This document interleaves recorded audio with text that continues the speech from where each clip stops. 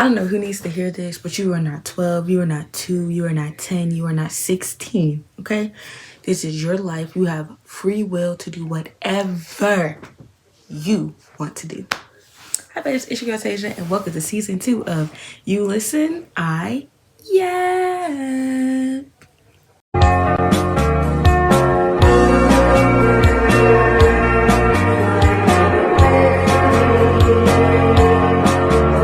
So guys, not quite sure what I'm titling this video because y'all, okay, so when I thought of the concept of You Listen, I Yep, I definitely did think of it more like a FaceTime 101 random type of talks. But then last year when I started posting them, they started coming across too much like a podcast, which is what I did not want. Side note, I just ate a peanut butter jelly sandwich and a bag of chips. And this is what I had on my lips before. And she's still there. I told you guys when I got my Christmas, I was like, I'll tell you guys which one I think is better between the Laneige and the topicals. And I'm not gonna lie. I'm not. I think Laneige might be taking it. Now, I love the way the topicals glistens, but throughout my day, I have to talk and stuff like that. And I find myself reapplying it a lot more than the Laneige. Like I said, I literally just got through eating. And she's still there and she's still glossy. Now, granted, I am going to put more because I'm addicted to lip gloss, but that's neither here nor there. So anyways, yeah, and I never wanted anything on my channel to feel too structured. I do not like that. I hate that about social media, actually. I cannot stand that we have gone from silly little goofy videos on the internet to this is a series, this is a series, this is a series. Now, granted, I do series on my channel. Well, yes, of course. But everything does not have to be super duper. This is what we're doing. And these are these 10 points. And that's the end. No, that's lame. That's boring. And y'all, I am planning on with my next check to get a vanity because I can't sit on that floor no more.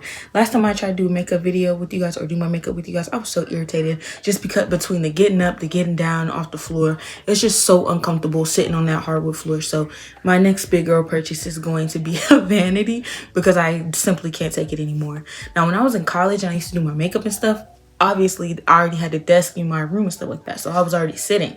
And then when I had moved out, maybe I had to pay that rent. So I was not thinking nothing of it. But now that I'm in my own space, yeah, I need that vanity. I'm sorry, I need that. So until that happens, I won't be doing my makeup anymore because I simply can't get on that floor no more. That was so uncomfortable. I'm not subjecting myself to discomfort. So guys, this is gonna be a very real, raw, slightly edited, because I like to add the memes and stuff, videos. Because I have a lot of stuff that I want to bring. Everybody's talking about, 2026, resurrection of 2016. I'm like, y'all, we had 2 different 2016s, okay? First half of 2016, I was finishing out my 8th grade year of middle school. Second half, I was entering high school. I don't have no pics. Actually, I have one that's really cute that I'm pop on the screen. 8th grade Tasia is Tia.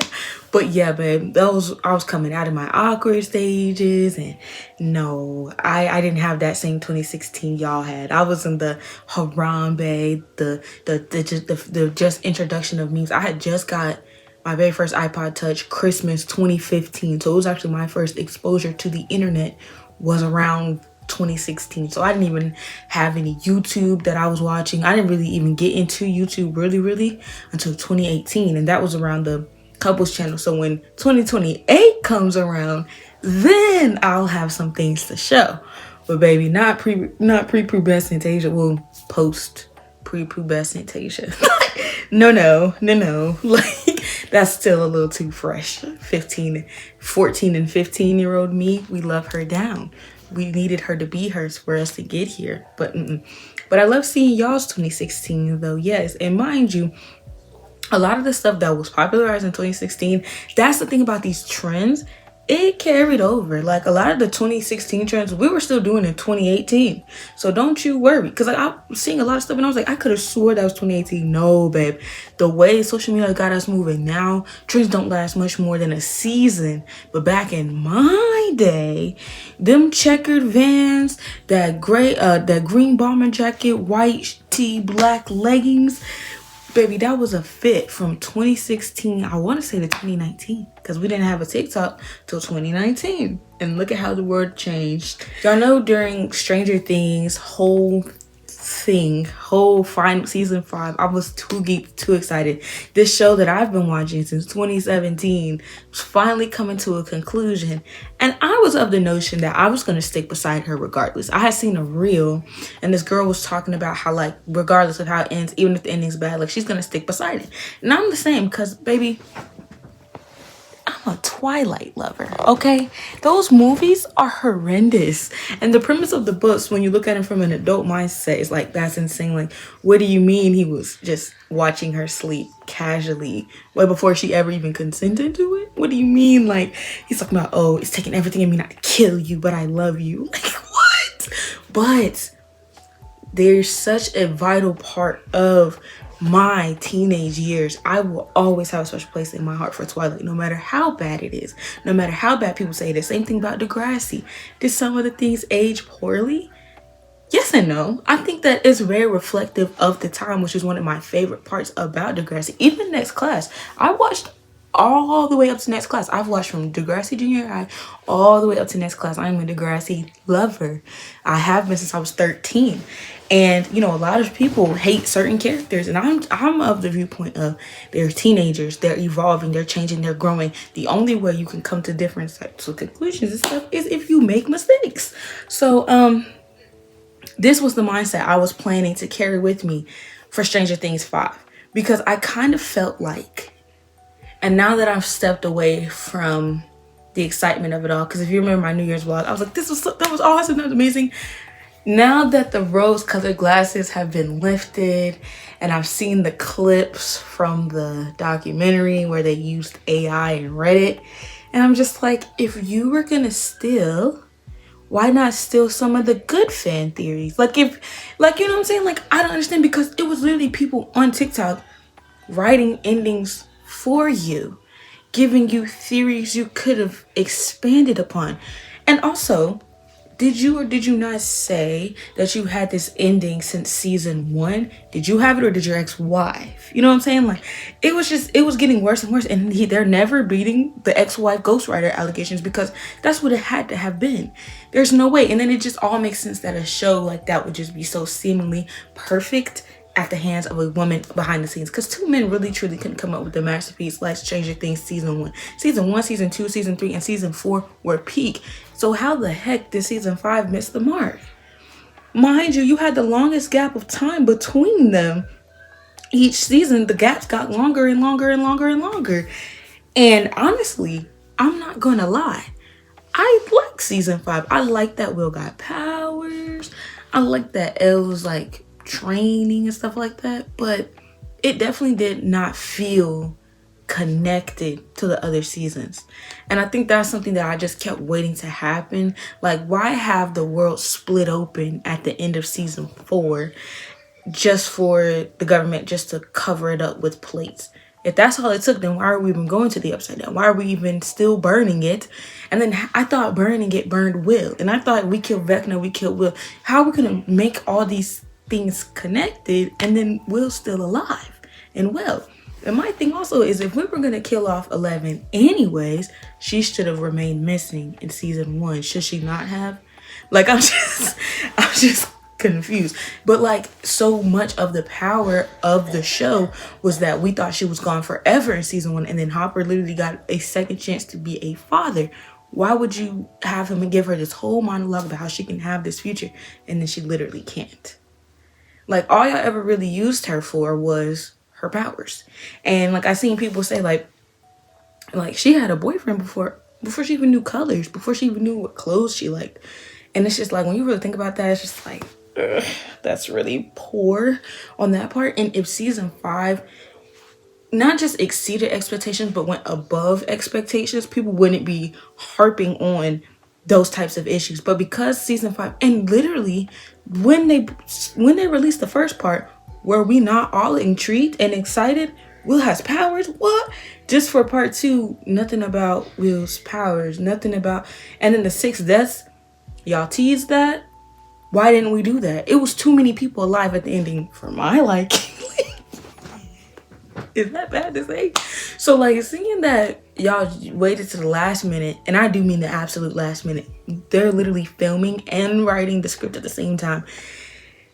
Unfortunately, it all did make sense, and I don't think I could stick beside it. I think in the future when I rewatch, I'm just gonna have to, I can't even say I'm just gonna have to skip season 5 because it is a part of the show. But I don't want to say that it's not a good show, because Stranger Things is an amazing show.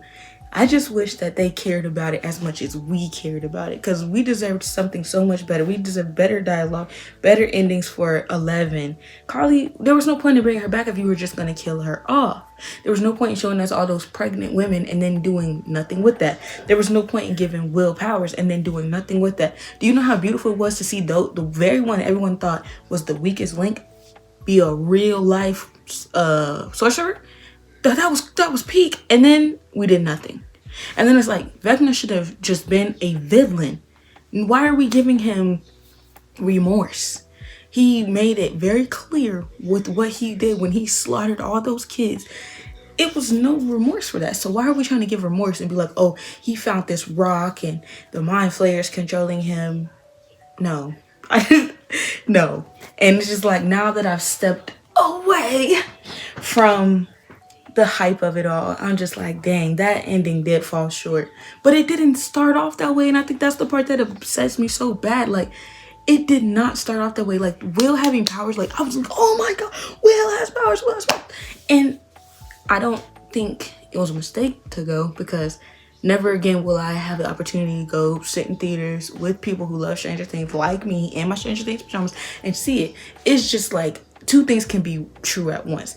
We can acknowledge that the camaraderie and the community that watching Stranger Things brought was such a fun and exciting thing to be a part of for so many years. Literally, this has been with me since high school, and I'm now 2 years post grad. So it was just like, to see the ending of something like that was just like, wow, like, that's beautiful. I haven't had a connection to something like that since Degrassi. So it was just like, wow, like, okay. But then at the same time, we can admit that that ending was just lackluster. And yeah, but I feel like I've just spent so much time talking about Stranger Things, but I did want to like I said, like, now that the rose-colored glasses have been lifted, and I just sort of feel like we could have kept that documentary in the vault. We didn't need to see that. Druski released this skit, right? I'm sure everybody has seen it, and it's about megachurch pastors. And of course, Mike Todd has decided to do his think piece, and somebody has said on TikTok, you notice how he's wearing his humblest of clothing, and I'm very proud of Druski for doing that, because being a Christian woman, it's so many things that like I personally call out about the Christian community all the time. I hate that it is a saying, oh, there's no hate like Christian love. I hate that that's a saying, because Christian love really is supposed to be the purest form. We're supposed to love our neighbors as Jesus loves us. That's what we're supposed to do. But so many people have so many horror stories about how when they try to rely on the church or the pastor or their parents or whatever, how it was used and utilized to further perpetuate harm to them. And I would just like to let y'all know that that is not what God is about. God is not about money, robbing the church members, inappropriate interactions between pastors and children and boys. None of that is anything that God condones. God does not condone hatred of any kind. He is love. And so seeing a big creator call out these preachers when they very much so never get called out was refreshing. And honestly, do a skit next about the influencers, because there's so many Christian influencers getting rich off the back of using Jesus' name. That's not what we're supposed to do. That's one of the very things that he was in there flipping the tables about. Y'all was sitting there making money in the church. That's not what the church is about. So he clocked y'all T, and he needed to clock it again. Not to mention, where did he find a harness big enough to hold him up in the and the day I'm filming this is January 24th. And I am very, very, very, very, very, very, very proud of myself for many different reasons. Okay, so this month I made it 18 days straight with my Bible streak, showing up, reading my Bible every morning, doing my devotional, doing my journaling. I have a separate journaling for my Bible and then a separate personal journal. That's just how I personally do things. And then I fell off the wagon for a couple of days, but then I picked back the wagon and now we're 4 days strong. So I'm very proud of myself for recognizing that. And most scientists say that after the first 21 days of the new year, people pretty much have failed their goals by then and they don't ever pick them back up. And it was right around that 21st day mark. So I'm glad that that happened. And I'm glad that I picked it back up, because this mindset that I have, I knew it was a mindset that was really in the making for the past 2 years. I don't even want to just give all credit to 25. I really want to say it's a mindset that's been in the making for the past 2 years. My ending of college and my transition out of college and my transition into just straight working and just like thinking like, okay, I'm 23, 22, 23, and now 24. What do I want out of my 20s? What do I want out of my life?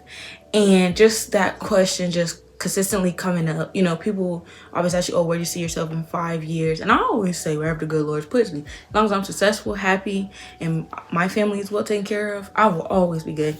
So I feel like since I graduated college, this sort of mind frame, I'm literally staring at my vision board as I'm talking to you guys, because that's my vision board for my 20s and it is going to happen. But this sort of mind frame that like everything works out for me, like I am me, everything literally works out just because I am me, just because I say so. That is a mindset that has just been under wraps. And I guess like how I always felt internally, like, and I hate to say this out loud, because when you learn how to decenter men, you realize that every girl has to go through a point in her life where men were the center in order to understand why it is so important to decenter them. Because if you don't, you will end up in the crazy house. So I used to weigh my worth based on any man that I've ever wanted to date or be with. I have. And that's where I used to be like, well, I can have wherever I want. That's where that kind of started and ended with me. I just took that same mindset, removed the power that it gave men, yuck, and put it to every aspect of my life. So that raise I want, coming. That new job I want, coming. That YouTube channel that I want, being my most authentic self, I have. Me being my best, brightest, bubbliest, purest version of myself unapologetically, I am. I literally tell people, anyone who will listen, you can literally ask anybody, I'm a pretty pink princess and everything works out for me, because I am, and because it does, literally. So, but this is a mindset that has been permeating. Everything that I want, I have. Everything that I need, I have. I don't worry about money because I clock in. And one day, let's take a mental health day. Guess what? That check is still going to clear. Like, it's just so much stuff that I used to just stress over, to the point where I had myself convinced I had anxiety, but I don't. It was just so much stress and so much pressure from me that it was just like, okay, at a certain point, you've got to relax. You've got to understand, like, money comes back. If people want to leave your life, let them. If people want to treat you like crap, get them out your face. Like, you don't have to do anything you don't want to do. Like I said, all things that I've been learning over the years, but instead of them just being words, they're actively put into practice. It's certain boundaries that I don't explicitly say, I just do. If I don't want to do something, I'm not doing it. I have officially been freed of doom scrolling. Not even joking. I don't even reach for the phone anymore. The only thing I may do, which is a nasty habit I have, is I'll reach for my phone to open Instagram. But the thing is doom scrolling on Instagram and doom scrolling on TikTok is two different types of doom scrolling. Typically, when I open my Instagram, I might click through a couple stories and be like, oh, what am I doing? And swipe right out. But with TikTok, you watch 2, 3, 4, 5, 6, 20 videos. What in the world? 20 videos, and you be like, oh my gosh, like, it's time to get ready for work. You see? So I'm still working on the whole waking up, opening Instagram. I don't really know where that came from, but the whole TikTok thing, which was my main issue, I'm free from. I literally only doom scroll on the weekends, and that's fair, I think. But in the mornings, my mornings filled with my word, getting up. Like I told y'all 2026 I was gonna have a solid morning routine. I do. I take my vitamins, and then when I come home from work, I eat dinner, and I have a night routine that I'm still implementing on becoming like routine and habits, because some nights, like last night, I was too exhausted. I just did my skincare and now I just went to bed. But working on that, and literally my morning routine takes an hour and my night routine takes an hour. And the perfect thing about my night routine is by the time I get done either showering or taking a bath, whichever I'm feeling, brushing my teeth, doing my skincare, lotioning down and getting my pajamas on, I'm ready to go to bed. It's not even any thought about doom scrolling. I don't want to know or see anything else. I'm done. And in the mornings, I get ready earlier so I have enough time, so I still don't have time to doom scroll. So, and I find myself feeling significantly better. My memory was getting bad. Now, when I walk into places and I'm like, oh, what was I about to do? I remember it quicker. And I had started doing this thing where I would walk into a room and I'd be like, oh my gosh, I forgot. And I'd be sit there and I'd be like, what did I come in here to do? And I'd be like, oh, I don't remember. But now I'd be like, oh, I came in here to do this. Yes. Y'all, also decided that when I go to the library next, I'm going to get one book.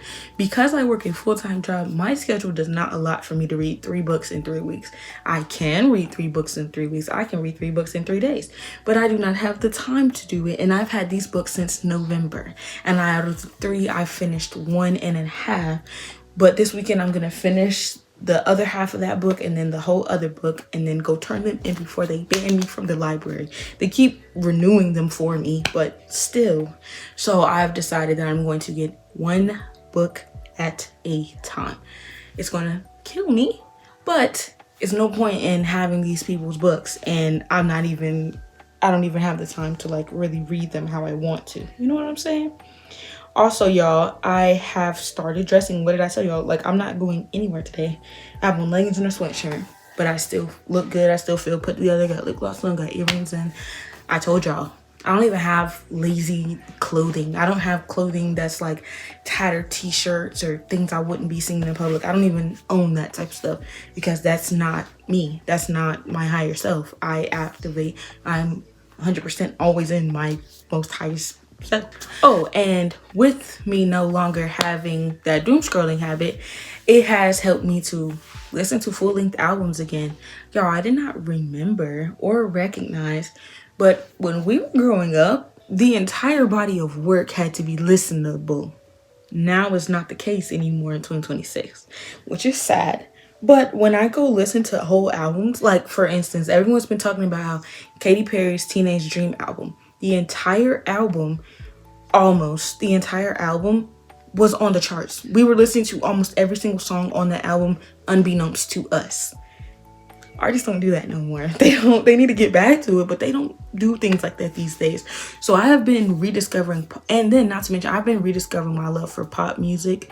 For the longest time, especially when I was going to HBCU, I was listening to a lot of really just rap or like whatever was really trending on TikTok. And I grew up listening to R&B, old school and new school, gospel, pop. But when we moved and we started going to PWIs, of course I was always around white people. So I was listening to what they was listening to. And that was circa 2009 to 2020.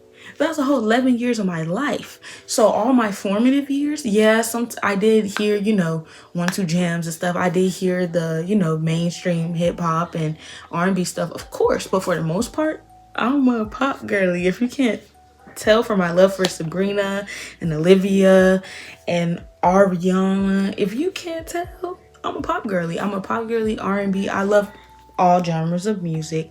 I have artists I love from each and every genre. And I mean genres y'all wouldn't even think of: rock, 80s, opera, even some heavy metal, even some gospel, old gospel and new gospel. Every single genre. When I tell you I listen to every single genre of music, and that's literally a culmination of me growing up. Like I said, I'm 75. I went to PWIs, watched Glee growing up. So if you watched Glee growing up, you didn't have no choice but to know some of everything. And I just love music in general, and I sing. So between all that, I was bound to, and I was in chorus and in choir my whole life. So it's like I was bound to be exposed to music, and that's literally one of my favorite things. So I've rediscovered a love for music, rediscovered hobbies. Always been a colorer since I was a little girl. And y'all, I found out why that sticker book was so frustrating to me. It's so frustrating to me because I was doom scrolling. But now that I no longer doom scroll, why is the sticker book not frustrating anymore? Because you didn't have no patience because you was always in that phone. One thing our parents was right about, it is that damn phone. I built my first Lego set, tried to film and show you guys. She took hours. Y'all never told me Legos take hours and hours and hours and hours. She took hours. Was I getting frustrated? Yes. But did I feel significantly more accomplished after I finished it? Well, yes. Because I didn't just get the instant gratification of swiping like this and it was done. No, I had to actually read instructions, download an app for them to show me step by step by step how to build it. And then I built it. And she's T. So yeah, and then also I have discovered that I love making lists. I don't know. I think there needs to be a, you know how that people say like, oh, I'm a type A personality, I'm a type B personality. I think there needs to be a type C, someone who's some of both. Because I love organization, but I'm not like OD organized. But I'm also not hella messy. I'm just like something, I like organized chaos. Like that's one of the best. I feel like I myself am an organized, chaotic individual. My brain is organized chaos. The way I do things is organized chaos. And the way I do things is so unique to me that it's just like, yeah, when people meet me, they either love me or hate me because it's just like, I don't know who to be other than me. And that is my favorite trait about myself. You cannot shake me, baby. You cannot change me. Even when I was in my deepest, darkest, people-pleasing days, I was still me. And I love that. I love that about me. But yeah, y'all, I think that is all I wanted to talk to y'all about. Many different random things, and that's what I wanted this podcast to be. Sorry that I got off track, but also not sorry because season 1 of You Listen I Yap was needed. I said what I wanted to say and what I needed to say. Oh, but there is one more thing. A qualm I have, if you will. Y'all, where have all the YouTubers gone? Now, when I say where have all the YouTubers gone, I'm not saying there's no one's not posting on YouTube. Actually, my algorithm has been booming lately because that screen time on my phone is down to 4 hours, 29 minutes. But that screen time on my iPad is 8 hours. And that's because I've been watching long form YouTube videos, which when I was in high school, I loved YouTube. And then of course, TikTok came and I started watching YouTube less and less. But I didn't just start watching YouTube less and less. All these people that we made famous stopped posting. It's like we can't even get 4 good videos a month. You're sitting here talking about you're suffering from burnout, babe. We ain't seen a video 6 months. What are you burnt out from? What are you doing? And I know you're not talking about them TikToks because it's just like if we made you not even famous, but if we made you like monetized to be a YouTuber, why are you not clocking in? We can get 4 videos. That's a video a week. And it's like, it seems like a lot of YouTubers, like once they get that monetization ribbon, all their creativity goes out the window because they start caring way too much about the general public's opinion. But my whole thing is, if the general public didn't rock with you, you wouldn't have the subscribers. So why can't you be yourself? Why do we have to beg and plead you for videos? Why are we in your comments asking you, are you good? Like, where's the next video? Why are we DMing you personally? Like, hey, I hope everything's all right. You know, we've been missing you on YouTube. Can you come back on YouTube? And I'm not talking about people that take hiatuses for mental health or anything like that. I'm simply talking about, I can think of several YouTubers that come to mind actually, where I'm just like, girl, we love you, but we don't see you anymore. We don't hear from you anymore. And actually, YouTube is taking like such a good turn. Like, a lot of the creators I've been seeing come up on my recommended page, and it could also be the type of videos since I'm actually utilizing my YouTube again, it could actually be like, they're like, oh, this is the type of stuff you watch. Oh, my bad. Here's more creators geared towards your interests. But it just seems like YouTube is getting back to that most authentic side. A lot of the people, they speak like people. They don't have that nasty influencer accent. And they're not trying to push a product in your face 24/7. And that's the other thing. When we do see y'all pushing a product in our face, you want us to buy a product and we ain't heard from you in months? What you feeling like? Like, I don't know.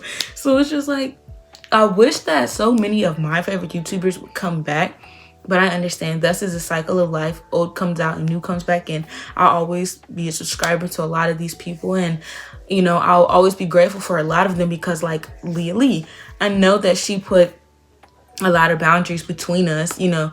But when I was in high school, even though she's younger than me, I think she's a year, maybe 2 years younger than me, I looked up to her because, baby, I'm in a PWI. I'm not around no black girls like that. You know what I'm saying? And when I am, I'm a little too quirky for their liking. So it's just like,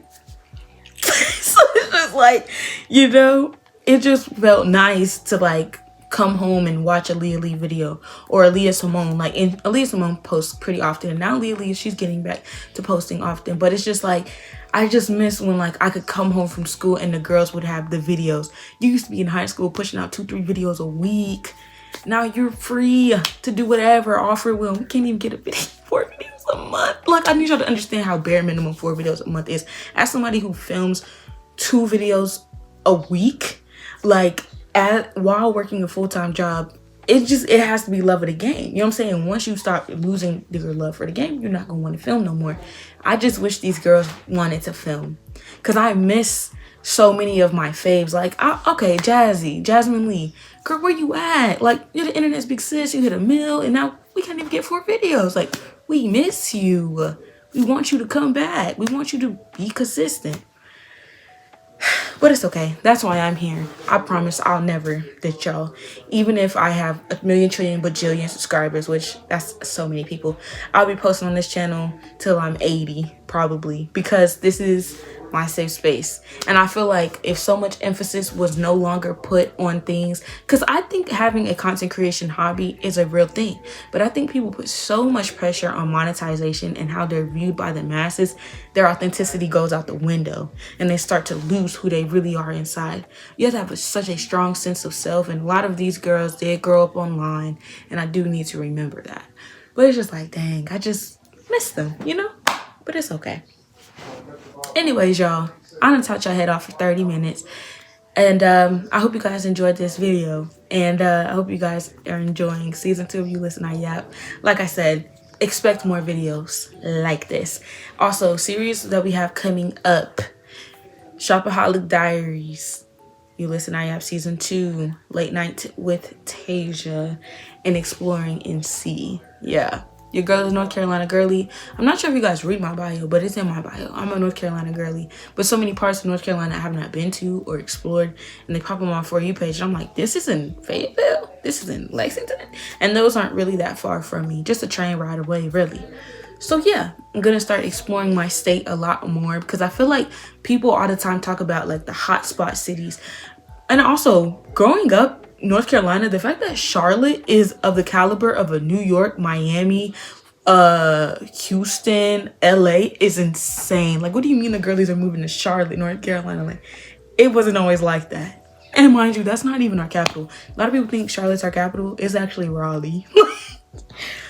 But yeah, hey Mark. But yeah, that's really all I got. I hope you guys enjoyed this video. If you did, don't forget to like, comment, and subscribe. And I'll see you guys in the next video. Bye, babes.